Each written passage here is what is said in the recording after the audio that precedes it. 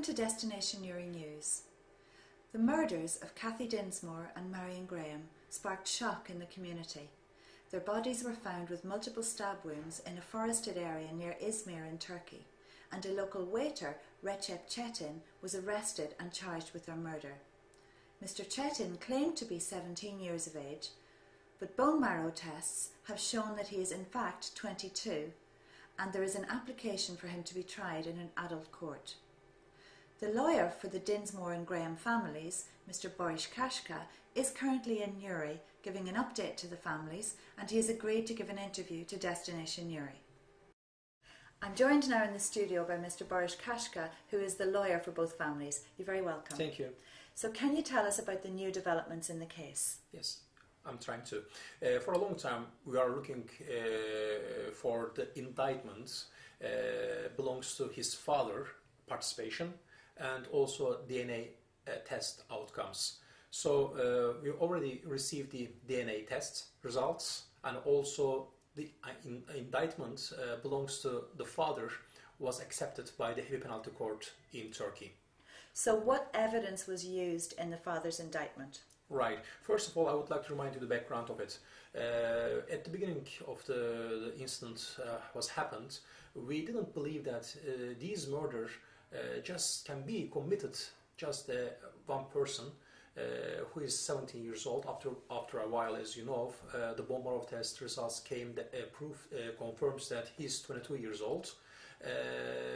As the crime scan is near to a road, just 50 meters in a forest area, and two bodies found separately between each other. So one of the deceased can easily have a chance to go to road in front or back road. Why did they try to run in a parallel direction?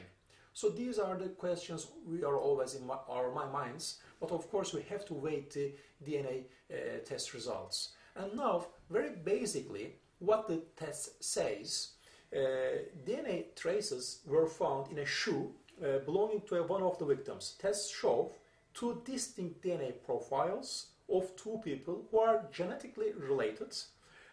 Perhaps, of course, this could be brothers and brothers, found to father and son.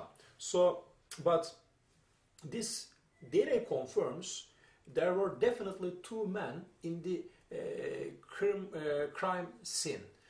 And if you just return back to the indictment, also there is a secret witness which already stated that he or she saw the father in the crime scene. So these are the enough proofs for the prosecutor to compose his indictment, and the indictment was taken very seriously by the court and also our accusations. So now the first hearing against his father will be held in the 20th of June.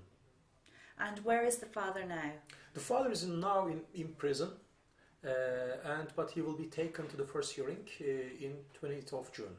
And we're hearing that there is a second bone marrow test being carried out on the son. Is that standard procedure, or is there some problem with the first test? No, thank you for this question. That's why also I would like to come to Ireland to give the informations from the first hand to first family than to Irish press, because I really know that Irish people are very focused on what's going on in Turkey. Turkish, first of all, let me remind you, Turkish law is a bit complex, and there are many big differences between your legal system. Also in our country, the high court decisions that we call presents are very effective and very valid for the judges' decisions. So according to not the law but the high court decisions, the bone marrow test must be done in front of not government hospitals, in front of forensic departments.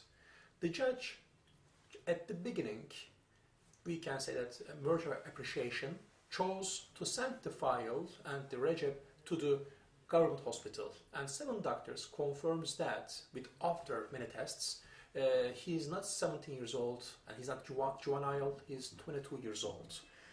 And now for the confirmation, not to make any mistake, there will be second test will be held in the forensic department, this time in Istanbul.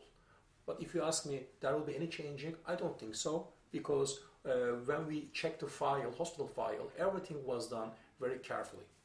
You mentioned that you have had some support from people here. Yeah. Have they contacted you directly?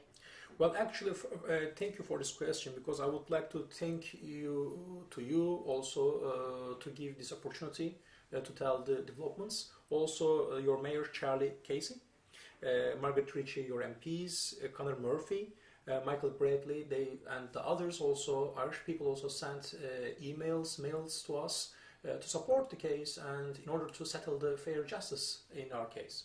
So what do you think this case has done to Turkish-Irish relations? Well, of course, this is a very important question as well. This is, just to remind you, from all history, Turkish and Irish, economically, culturally, very strong relations, and at least we can say very peaceful relations.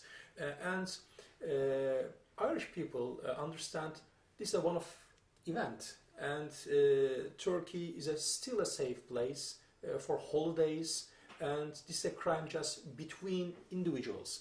But on the other hand, what we are looking for, just justice. And if the justice is settled within the principles of fair trial principles, I don't think so there will be any problem with the Irish and Turkish relations, and it will be going on as it was previously. Mr. Kaska, thank you very much. Thank you.